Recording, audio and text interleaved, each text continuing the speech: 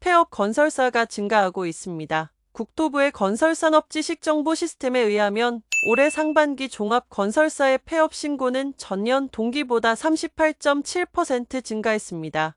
전문 건설사의 폐업 신고는 6.56% 늘었습니다. 반면 신규 종합건설사 등록은 56.8% 줄었으며 부도 업체 수도 늘어나고 있습니다. 건설사들이 어려운 이유는 수익은 줄고 비용은 늘었기 때문입니다. 지난해 건설 외감 기업의 경영 실적을 살펴보아도 이익률이 간 모습을 볼 수 있습니다. 여기서는 수익과 비용에 영향을 주는 요인들을 살펴보겠습니다.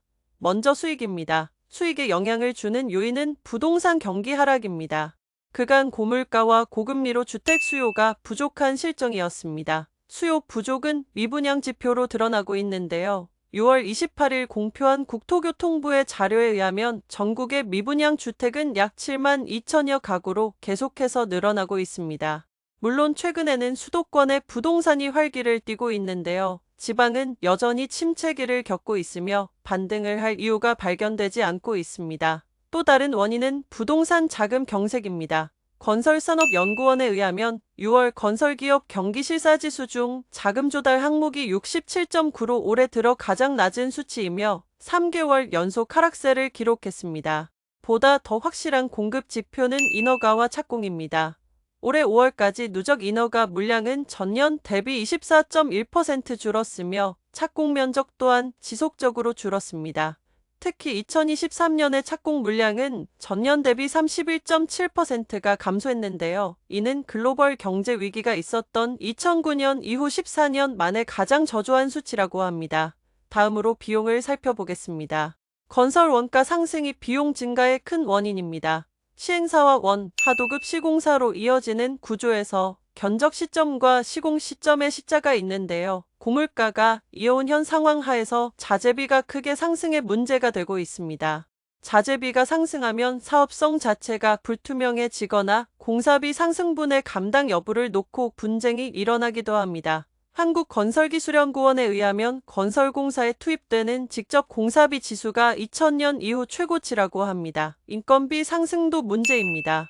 올해 초에는 인건비가 공사비 상승에 가장 많은 영향을 끼쳤다는 한국건설기술연구원의 조사도 있었습니다. 기술 인력의 경우 젊은 층의 유입이 적어서 고경력 고령자로 채워지고 있는데요. 사용자는 고임금 부담의 우려가 있습니다.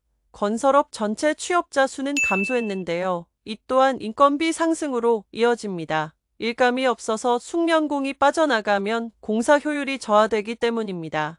현재 건설업은 최악의 상황이지만 그나마 희망적인 소식도 들려옵니다. 먼저 금리 인하 전망입니다. 9월 중 미국의 금리 인하가 유력하게 거론되고 있는데요. 이에 따라 한국은행도 10월쯤에 금리를 내릴 것이라는 전망이 나오고 있습니다. 여러 매체들에서 물가 상승 폭이 둔화되고 있다는 통계도 나오고 있습니다. 또 다른 기대감은 PF 정상화입니다. 지난 5월 정부가 PF 대책을 내놓은 이후로 금융당국은 PF 평가 등급 중 유의와 부실 우려에 해당하는 사업장에 빠른 정리를 압박하고 있습니다. 업계에서도 사업성 있는 사업장에 자금 지원을 본격화하겠다는 것은 대부분 긍정적인 입장입니다. 최근에는 경기 회복 조짐이 보이자 자금이 유입될 때까지 시간을 끌고자 하는 사업자들도 늘어나고 있다고 합니다. 수도권의 부동산 거래량 또한 늘어나고 있습니다. 2월부터 지속적으로 거래량이 증가하고 있는데요. 주택산업연구원에 의하면 주택사업 경기 전망 지수가 수도권은 물론 비수도권에도 전반적으로 상승한 것으로 나타났습니다. 물론 이는 전망일 뿐이라서 지켜볼 필요는 있을 것 같습니다. 수도권의 거래 증가는 공급 부족과 전셋값 상승세를 배경으로 하고 있으며 정부의 대출 문턱을 높이는 정책 때문에 수요가 늘어난 것으로 보입니다. 아직도 지방은 부동산 시장이 좋지 않으며 미분양 문제가 해결되지 않고 있습니다. 네, 오늘은 건설업계의 수익 비용 악화 상황을 살펴보았습니다. 어려운 시기를 잘 버텨냈으면 합니다. 감사합니다. 아로시였습니다.